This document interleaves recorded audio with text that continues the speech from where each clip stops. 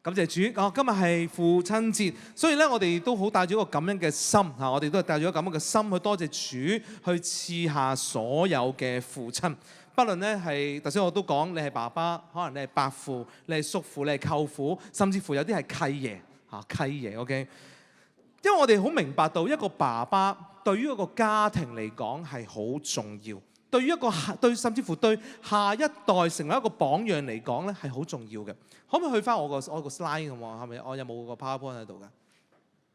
係咪冇啊 ？OK， 唔緊要啦，咁就聽我講啦。冇係咪啊 ？OK， 唔緊要。Anyway， 一啲咧研究咧去指出咧，爸爸咧去陪伴孩子嘅成長咧係非常之重要嘅。例如咧語言嘅能力啦、情緒穩定啦。有冇效去控制自己個衝動嘅行為啦，增加自己個認知嘅學習力啦、想像力啦，提高個表達能力啦，增加自信心、抗壓嘅能力，或者係減低孩子嘅犯罪率咧，全部都同爸爸有關嘅。所以咧，爸爸係咪好重要啊？即係話將來呢個社會多唔多罪犯，其實係睇爸爸㗎。爸爸係因為點解？其實你諗都諗到嘅，因為爸爸有威嚴。好多時候邊個話唔得嘅？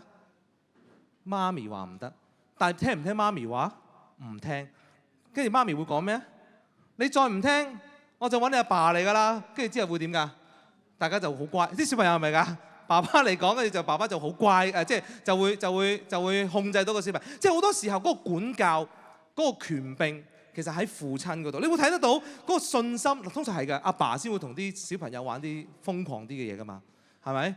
即係通常都會玩啲比較刺激嗰啲嘢，就會喺爸爸嗰度。所以一般嚟講，我哋會好明白到，即係一啲嘅下一個先，即係你會睇到個好，你就會睇到好明白到一件好重要嘅事情，就係再落，係啦，就係呢度。好多時候爸爸嗰個重要性，其實就係喺佢陪伴孩子成長嘅裏邊。不過有一個好嚴重嘅問題，特別喺華人嘅社會裏面。華人嘅社會咧，即係嘅爸爸係一個3D 嘅父親 ，3D 嘅父親，一齊講 3D 啊。3D 邊個 D？ 邊3個 D 咧？就係 don't feel、don't talk 同埋 don't trust 嘅。即係話翻到屋企咧係唔同你講感受嘅，好少同你講感受。你幾時聽到你爸爸會同你講你今日過得點啊？你今日心情點啊？跟住之後，可能你個佢話好唔開心啊！我同學鬧我啊，鬧翻佢啊嘛。通常你阿爸就會即刻俾個答案你啊，未必會同你講感受，未必會呵你噶。通常媽咪先呵噶嘛 ，OK。或者翻嚟做完嘢一日啦 ，OK， 冇嘢講啊，翻到屋企就靜咗啦。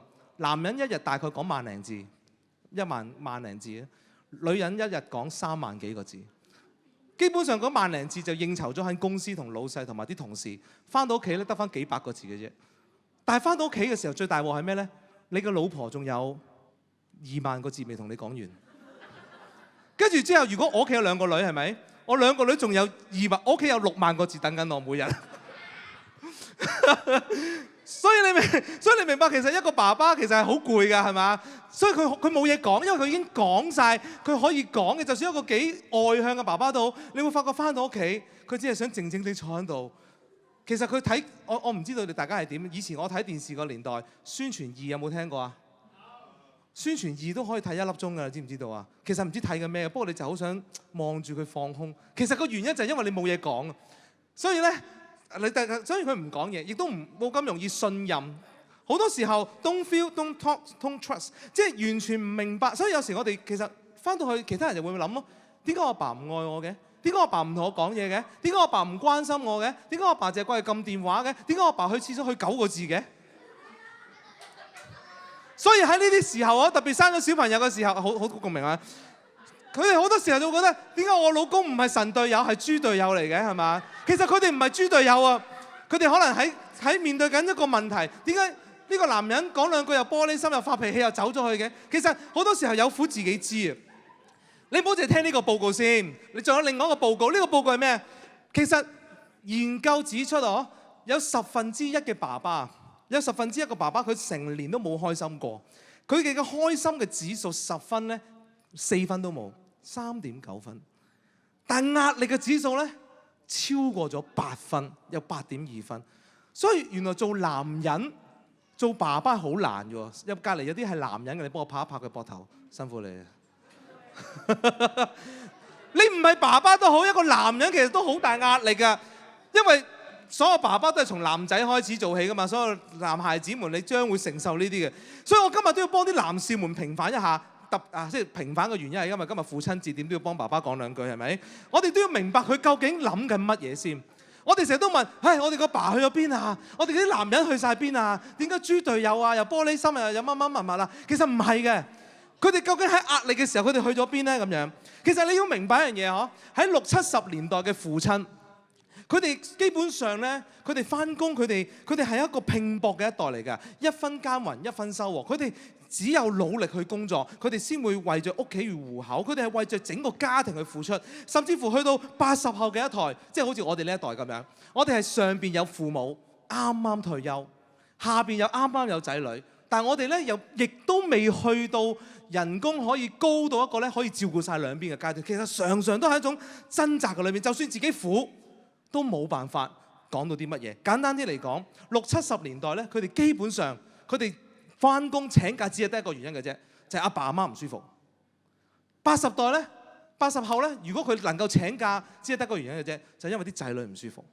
嗱，90後因為好多都未做父母係咪？所以佢哋會簡單啲，就係因為自己唔舒服，所以唔翻工嘅啫。00後更加簡單，因為睇個老細唔舒服，所以佢唔翻工啦。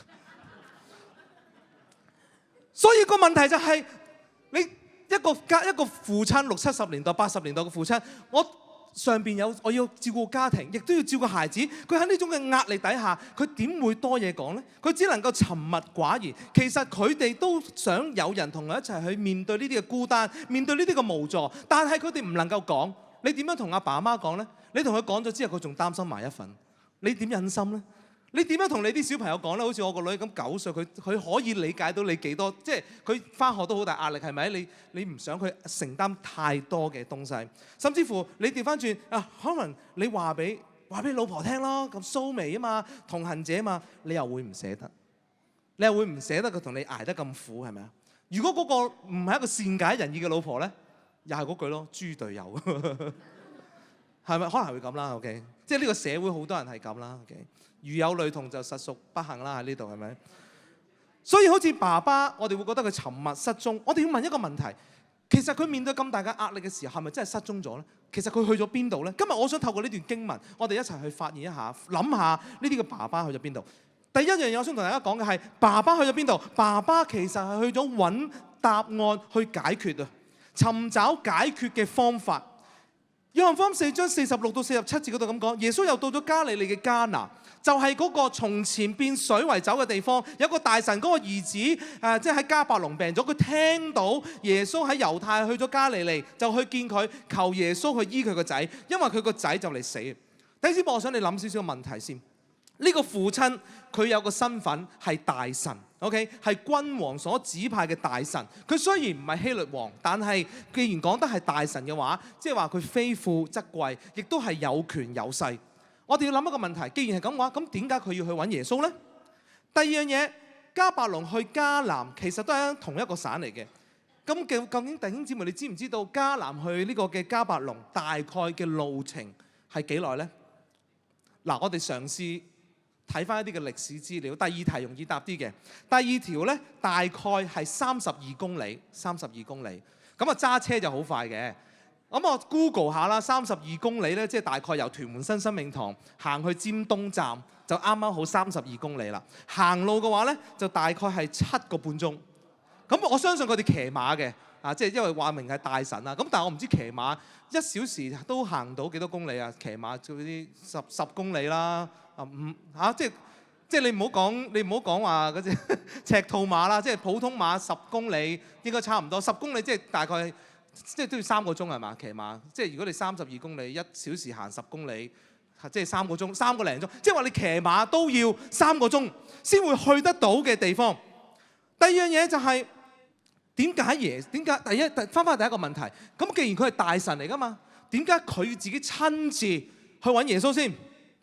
因為有一樣嘢喺經文裏邊話咗俾佢聽，佢聽過耶穌行過水變酒嘅神蹟。佢喺呢個經文第開頭嘅時候就已經講過呢句説話。我哋可以理解得到呢個大臣係一個盡責嘅爸爸。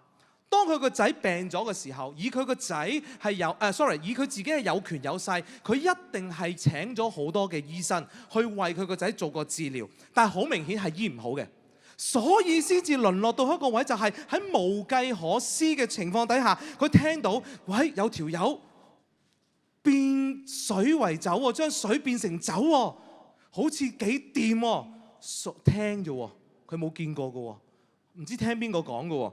就係因為喺呢個咁嘅情況底下，佢就唔理佢自己嘅身份啦。佢都唔係叫僕人，唔該你叫耶穌嚟，唔該你捉耶穌嚟，而係佢平拎白蘭自己去揾，放低自己嘅身段。佢唔去諗耶穌呢個人好似木匠個仔嚟嘅啫，佢好似唔係醫生嚟嘅啫，即係好似等於咁樣。啱啱我變完個魔術，哎呀呢個人變魔術好勁喎，咁啊咦我個仔病咗，我揾個魔術師去醫。其實佢嗰種聽嘅程度可能係咁樣嘅啫，佢冇考慮過耶穌係咪江湖神棍。總之佢就決定平拎白蘭去由迦百農去迦南揾耶穌，因為佢聽到耶穌所行嘅奇事啫。佢帶住一個試下嘅心態去揾耶穌。佢相信佢呢個 moment 喺呢個時間，佢唔係認識耶穌，佢亦都唔知道耶穌嘅偉大，亦都唔知道耶穌嘅實在，只係聽到，所以死啦！我仔就嚟死啦，咩都試下啦，即刻就衝去到揾耶穌。我舉一個簡單嘅例子，大家會明白。我成日都會鼓勵啲弟兄姊妹睇中醫，跟住之後咧，我就成日都會話：我大埔有個中醫好好㗎，咩大小痛症啊都好勁啊咁樣。咁所以咧，成日啲弟兄姊妹就話：喂，你又去揾神醫啊？成日都同我講：你揾神醫喎，你揾神醫喎。咁我成日都會同佢講話：係啊，你試下揾下佢啦，呢個醫師好掂㗎。你揾咗佢之後咧，我包保你冇揾錯㗎。由屯門去大埔啫，27公里，冇頭先咁耐。搭車去搭車去都個零兩個鐘咁樣啦。咁啊，個問題就係，我想問一樣嘢。咁後尾真係有啲弟兄姊妹去揾佢啦。我想問一樣嘢，呢班弟兄姊妹係咪真係知道呢個神醫幾勁，佢先去揾呢個神醫呢？定係聽我講，所以佢就去先聽我講？所以其實某個程度上，呢個大臣有少少似係咁啊！哎呀，靜，呢個神醫好勁啊，快啲去大埔揾佢啦！然之後阿靜都唔識佢，亦都冇上網睇過佢，亦都冇睇過佢醫療嘅效果。總之就係我講好勁，然之後阿靜就去咗。其實個情況就係類似咁樣，從人哋嘅口中聽下。所以各位父親們、各位弟兄姊妹朋友，面對嗰啲解決唔到嘅困難，好多時候人係會失咗方寸，佢會自己感覺到孤單，佢會自己感覺到沉默，甚至乎自己想做咩決定都唔知道。佢個苦只有自己知。但係呢班爸爸們佢做緊啲咩？佢沉默，但係唔係代表佢放棄咗。佢沉默唔代表佢失蹤咗。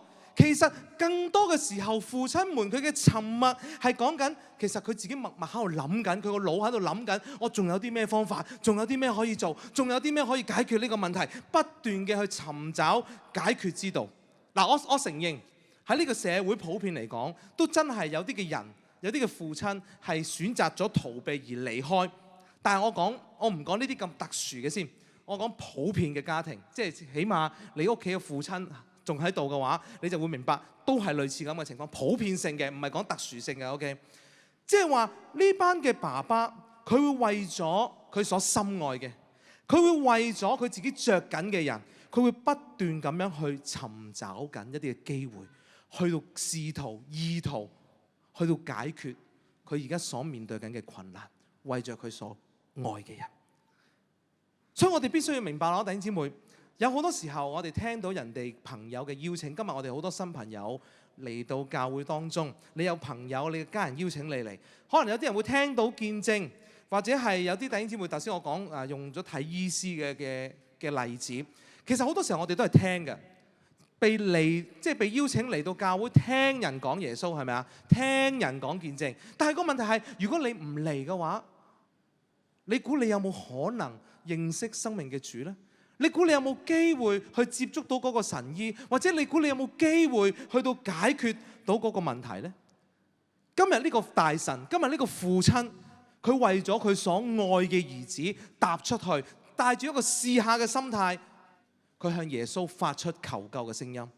耶穌，請你救我個仔，我個仔而家就嚟唔得啦，請你快啲去救佢。同樣地，弟兄姊妹，今日我哋面對緊嘅壓力困難，我哋有冇試下去求神幫助我哋呢？